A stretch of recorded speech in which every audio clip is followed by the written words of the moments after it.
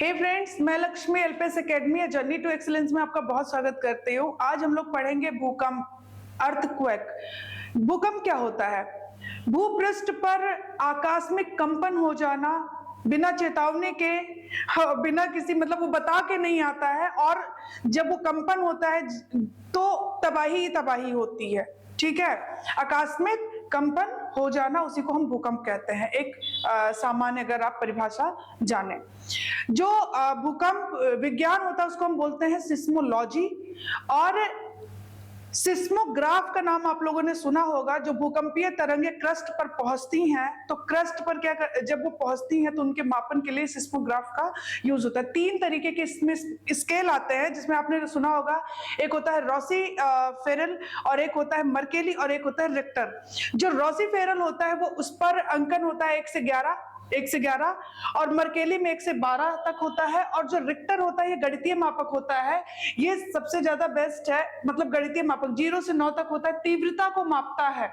और इसमें क्या होता है कि पिछले की तुलना में अगली इकाई में 10 गुना ज्यादा बढ़ोतरी हो जाती है।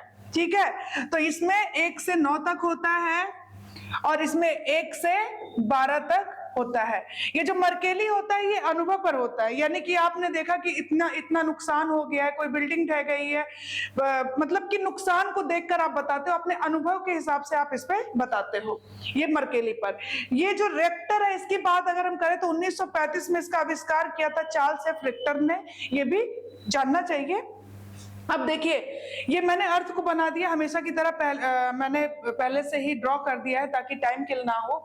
ये मैंने अर्थ बनाया, यहाँ पे मैंने एक पॉइंट बना दिया। ये जो पॉइंट है, यहाँ से क्या हुआ है, ऊर्जा यहाँ से निकली है। जहां से सब सर्वप्रथम जो भूकंप की ऊर्जा होती है निकलती है, उस जगह को हम बोलते हैं एपीफोकस या भूकंप मूल बोलते हैं। तो इसे हम क्या बोलेंगे, भूकंप मूल। अब यहाँ से एनर्जी निकली, जिसे हम उस एनर्जी को हम क्या बोलते हैं, इलास्टिक ऊर्जा बोलते हैं या प्रत्यास्थ ऊर्जा बोलते हैं। जब ये ऊर्जा सर्वप्रथम धरातल पर पहुंचती है, जिस जगह पे सर्वप्रथम पहुंचती है उसको हम बोलते हैं एपिसेंटर या अधिकेंद्र बोलते हैं। ये जो अधिकेंद्र होता है ना, जहां पे वो सर्वप्रथम पहुंचती है धरातल पर, सबसे ज्यादा विनाश वहीं पे करती है। फिर उसके बाद ये क्या करती है, फैलना शुरू हो जाती है। जैसे जैसे आगे बढ़ती है एपिसेंटर से, तो इसकी तीव्रता में भी कमी होती है, तबाही भी कम ही करती है। ठीक है, तो इतनी बात समझ में आ गई। ठीक है, कि ये समझ में आया कि भूकंप मूल क्या होता है, अधिकेंद्र क्या होता है। भूकंप मूल होता है जहां पे एनर्जी निकली, और एनर्जी सर्वप्रथम जहां पे पहुंची, वो तरंगे जहां पे पहुंची, वो वेव्स जहां पे पहुंची, वो से हम बोलते हैं अधिकेंद्र, एपिसेंटर बोलते हैं। क्लियर? आइसोसिस्मल लाइन का नाम सुना होगा आप लोगों ने। एक्चुअल में जो तरंगे होती हैं, समान भूकंपीय तरंगों को मिलाने वाले स्थान को हम बोलते हैं आइसोसिस्मल। क्लियर? अब आपने सुना होगा, अच्छा एक चीज और बताती हूँ। जब भूकंप आने वाला होता है ना, तो हमारे वायुमंडल में रेडॉन गैसें बहुत ज्यादा फैल जाती है। ठीक है, उनकी मात्रा बढ़ जाती है, रेडॉन गैसों का वृद्धि हो जाता है। ये भी कई बार एग्जाम में पूछा गया और पता भी होना चाहिए। ठीक है, 3 प्रकार की तरंगे होती हैं, पी वेव्स, एस वेव्स और एल वेव्स। पी यानी प्राइमरी जिसे हम बोलते हैं, एस यानी सेकेंडरी बोलते हैं, और एल वेव्स होती हैं जिसे हम लव वेव्स भी बोलते हैं। पी तरंगे जो होती हैं, ये सॉलिड, लिक्विड और गैस तीनों में चल सकती हैं।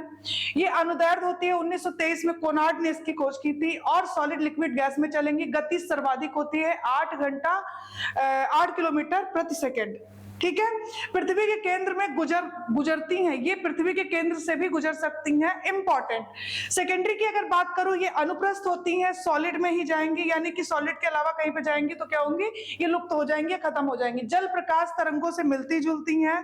तो ऐसा भी क्वेश्चन आ सकता है कि जल प्रकाश तरंगों से कौन सी वेव मिलती है, तो आपको पता होना चाहिए सेकेंडरी वेव्स, एस। ठीक है, इनका जो स्पीड होता है वो 4 किलोमीटर पर सेकेंड होता है। तीसरा है एल वेव्स, लेन और सरफेस भी बोलते हैं, और लव वेव्स भी बोलते हैं।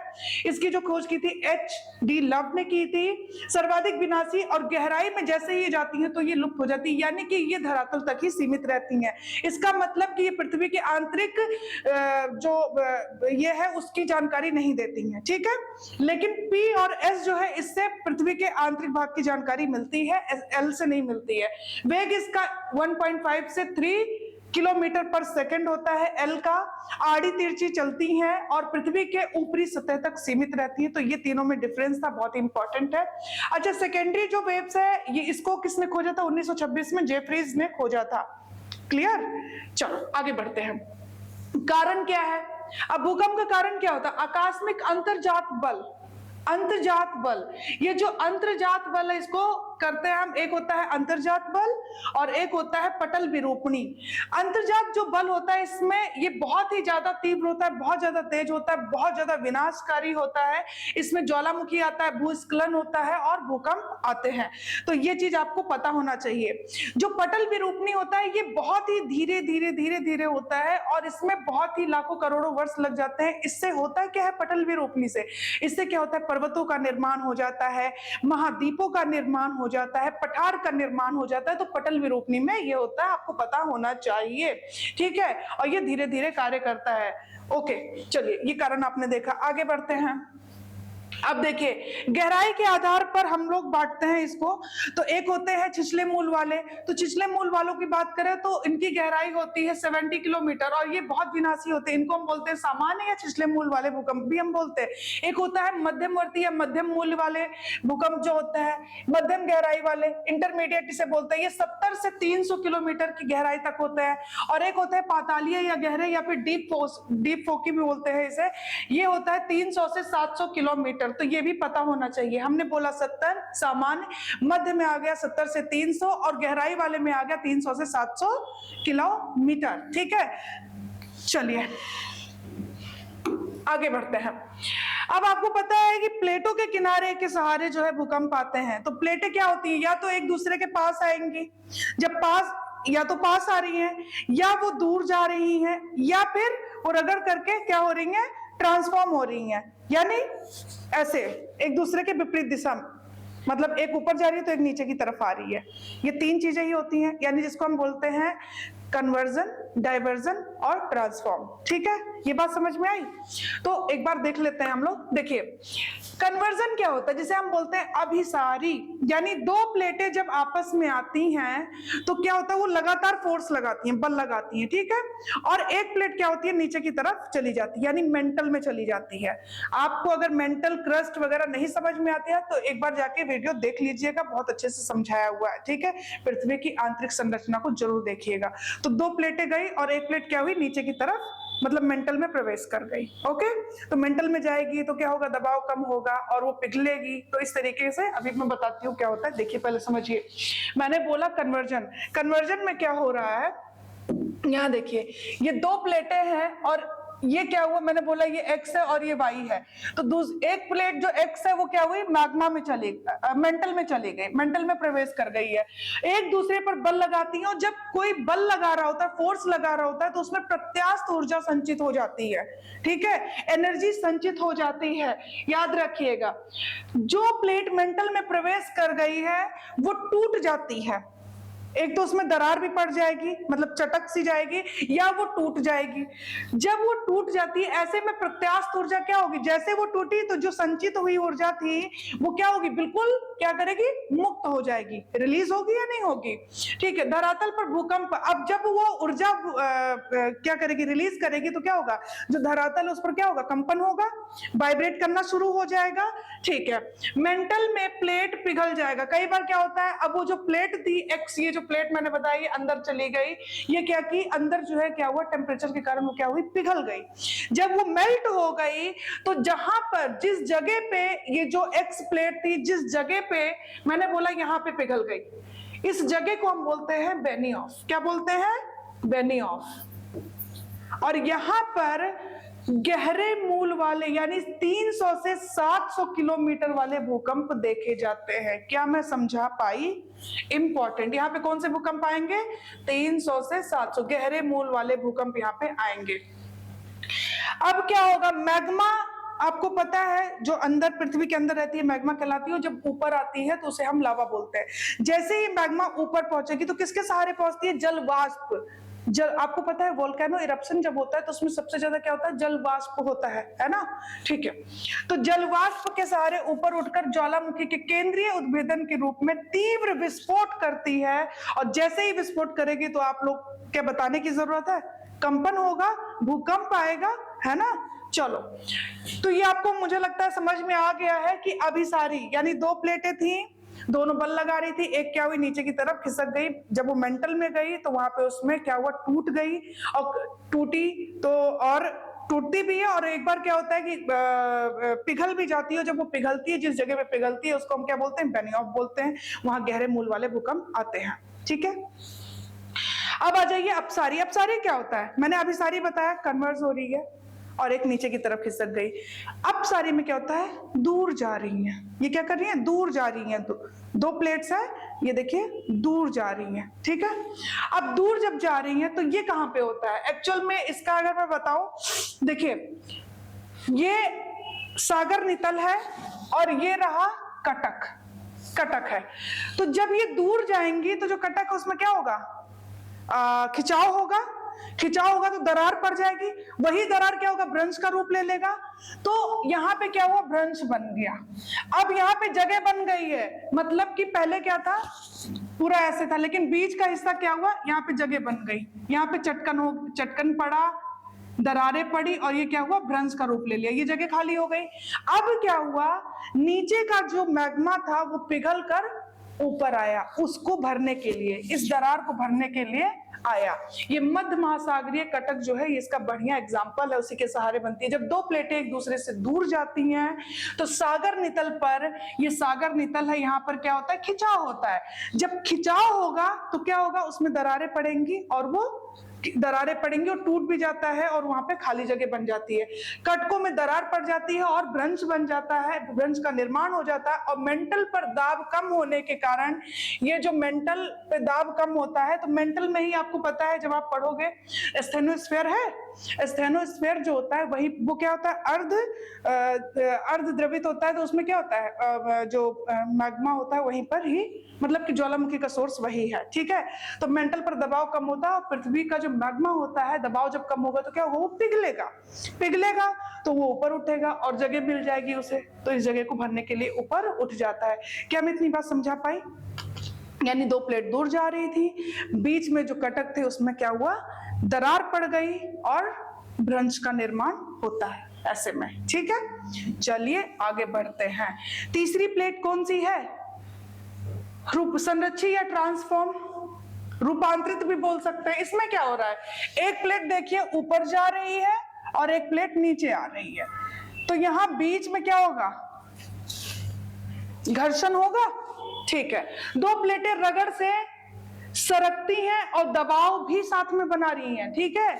यहां पे भी प्रत्यास्थ ऊर्जा संचित हो जाएगी, विनाशकारी भूकंप आते हैं, और भूकंप से प्लेटों की सीमाओं पर दरारों का निर्माण हो जाता है। क्या होगा, जब रगड़ होगी तो दरार तो पड़ना स्वाभाविक है, और जब दरार पड़ेगा, जब दो प्लेट हैं तो इसमें क्या हुआ, दरार पड़ेगा, ठीक है। यहाँ पे रगड़ खा रही है और इसमें क्या होगा, दरार पड़ेगा, और इसमें क्या होगा, रूपांतर भ्रंश यानी कि ट्रांसफॉर्म फॉल्ट का निर्माण होगा। जैसे कि उदाहरण के लिए कैलिफोर्निया में सैन एंड्रियास फॉल्ट आपने देखा होगा, वो इसका बढ़िया उदाहरण है, संरक्षी और ट्रांसफॉर्म जिसे हम बोलते हैं, ठीक है। तो दो प्लेटें क्या कर रही थी, एक ऊपर जा रही थी, एक नीचे आ रही थी, और बीच में उसके क्या हो रहा था, किनारे पर रगड़ हो रहा था, इसकी वजह से वहां पे भी प्रत्यास्थ ऊर्जा जो है संचित होती है, और वो फिर आपको पता है जब वो रिलीज होगी तो विनाशकारी ही होगी। तो आपको अभिसारी, अपसारी और रूपांतरित समझ में आ गया है। चलिए आगे बढ़ते हैं। भूकंपों का विश्व वितरण अगर हम देखें तो देखिए, सबसे ज्यादा जो भूकंप आते हैं वो परिप्रशांत पेटी में ही आते हैं, 68%, कुछ किताबों में 63% भी दिया रहता है, ठीक है। परिप्रशांत महासागरीय तटीय पेटी, अभी मैं मैप में भी दिखा दूंगी, पहले यहां समझिए। विश्व का सबसे विस्तृत भूकंपीय क्षेत्र 68%, और कई किताबों में 63 भी आपको मिल जाएगा। उत्तरी दक्षिणी अमेरिका का पश्चिमी किनारा, अलास्का से चिली, रॉकीज, एंडीज, मोड़दार पर्वतों तक विस्तार, एशिया का पूर्वी भाग, जापान, क्यूराइल द्वीप, जापान द्वीप, फिलीपीन द्वीप, न्यूजीलैंड, ये सब इसमें आते हैं। और आपको पता है जापान में पूरे एक साल में 1500 से ज्यादा झटके वहां के लोग झेलते हैं। और वहां पे पता है कि जो मकान वगैरह होता है वो लकड़ी का बनाया जाता है, ठीक है, ताकि ऐसा ना हो कि मतलब नुकसान ज्यादा हो जाए। हालांकि नुकसान होता है लेकिन डेथ ना हो जाए किसी की, तो लकड़ी के हल्के मकान बनाते हैं वो लोग। चलिए, तो इसको मैं अगर परिप्रशांत पेटी वाला मैप दिखा दूं तो ये आपको दिख रहा है, ये रहा नॉर्थ अमेरिका, ये रहा साउथ अमेरिका, तो ये दिख रहा है आपको रॉकीज एंडीज, और इधर आ जाइए ये कमचटका से लेके पापुआ न्यू गिनी, ठीक है, दिखा आपको, ये पैसिफिक, पूर्वी और पश्चिमी पैसिफिक। चलिए आगे आइए, मध्य अटलांटिक पेटी, मध्य अटलांटिक कटक में स्पिट्सबर्जन तथा आइसलैंड से लेकर बोवेट द्वीप तक विस्तृत है। सर्वाधिक भूकंप भूमध्य रेखा के आसपास आते हैं। सामान्यतः पेटी में कम तीव्रता के भूकंप आते हैं। इनका संबंध प्लेटों के अपसरण या रूपांतरण भ्रंशों से है।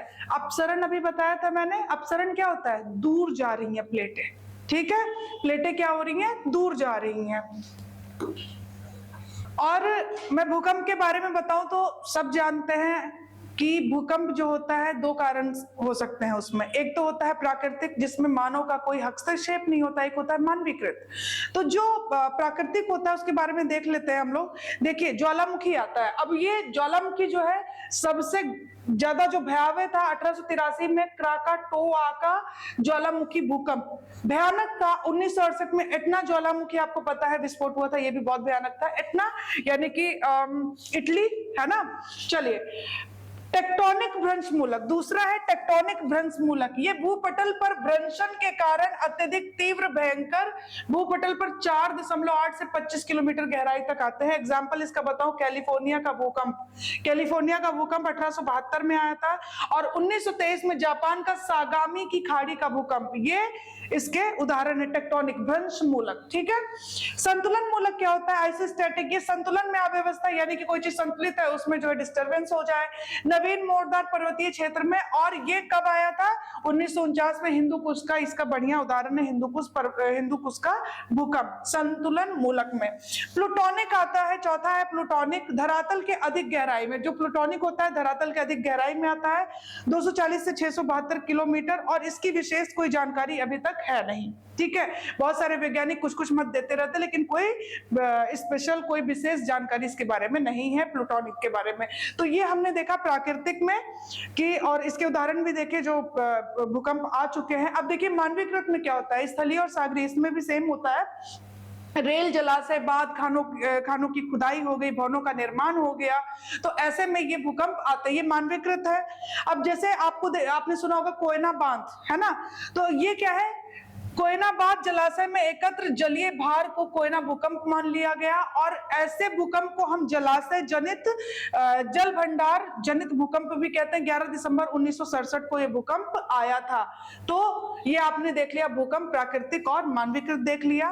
अब एक बार इस डायग्राम को देख लीजिए, यहाँ पे देखिए अमेरिकी प्लेट और ये रही पैसिफिक प्लेट। पैसिफिक प्लेट अमेरिकी प्लेट के नीचे क्षेपित हो रही है, उसी तरीके से यूरेशियन प्लेट के नीचे पैसिफिक प्लेट क्षेपित हो रही है, यानी कि दो प्लेटें आपस में कन्वर्ज हो रही हैं। तो ये अभिसरण का उदाहरण है।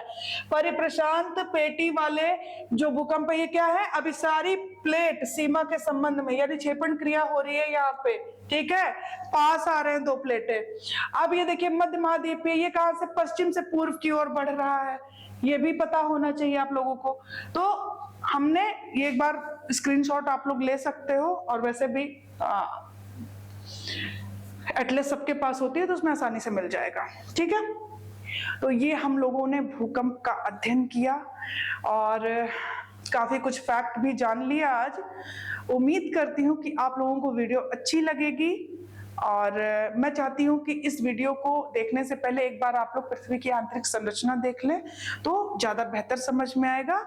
Thank you so much.